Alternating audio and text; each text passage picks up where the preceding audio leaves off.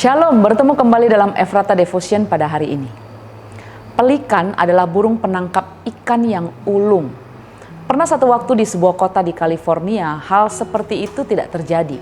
Di kota ini burung-burung pelikan tidak perlu bersusah payah untuk mendapatkan ikan, karena banyak sekali pabrik-pabrik pengalengan ikan. Selama bertahun-tahun burung-burung itu berpesta karena ikan bertebaran di mana-mana. Mereka tidak harus berusaha untuk mencari dan mereka bisa makan ikan-ikan yang berserakan tanpa harus menangkap ikan. Akibatnya, ketika ikan di sepanjang pesisir mulai habis, pabrik-pabrik pengalengan mulai tutup, burung-burung tersebut mulai mengalami kesulitan. Karena sudah bertahun-tahun tidak perlu effort untuk menangkap ikan.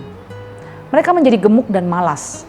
Ikan-ikan yang dulu mereka dapatkan dengan mudah sekarang sudah nggak ada lagi. Sehingga satu persatu dari mereka mulai sekarat dan mati.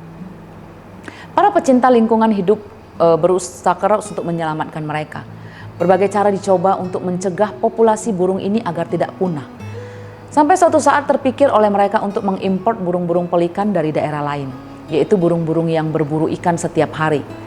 Pelikan-pelikan tersebut lalu bergabung bersama pelikan-pelikan setempat. Akhirnya hasilnya luar biasa.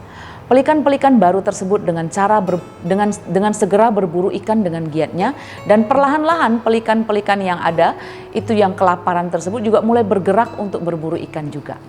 Akhirnya pelikan-pelikan di daerah tersebut hidup dengan memburu ikan lagi. Siapa yang ada di sekitar kita mempengaruhi pola hidup dan kebiasaan kita.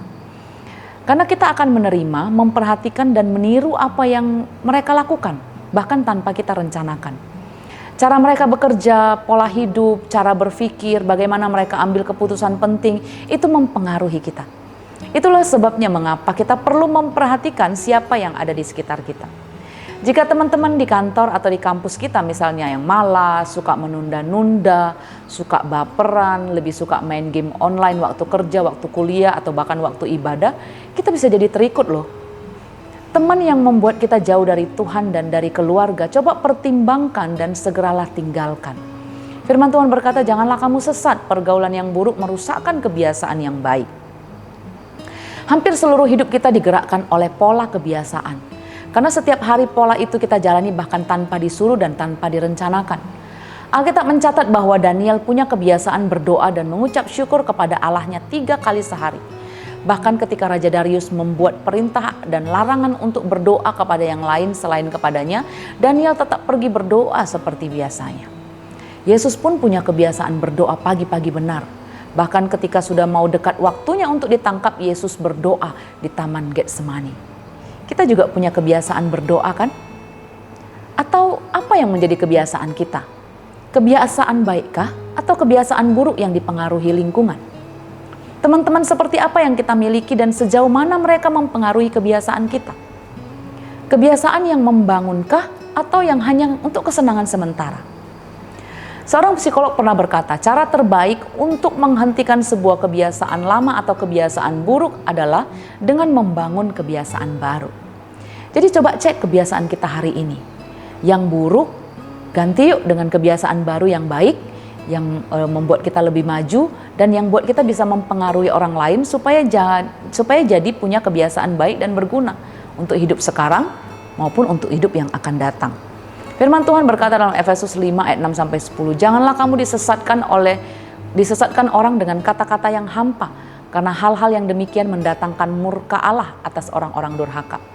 Sebab itu janganlah berkawan dengan mereka. Memang dahulu kamu adalah kegelapan, tapi sekarang kamu adalah terang di dalam Tuhan. Sebab itu hiduplah sebagai anak-anak terang, karena terang hanya berbuah kebaikan dan keadilan dan kebenaran. Dan ujilah apa yang berkenan kepada Tuhan. Mari kita berdoa.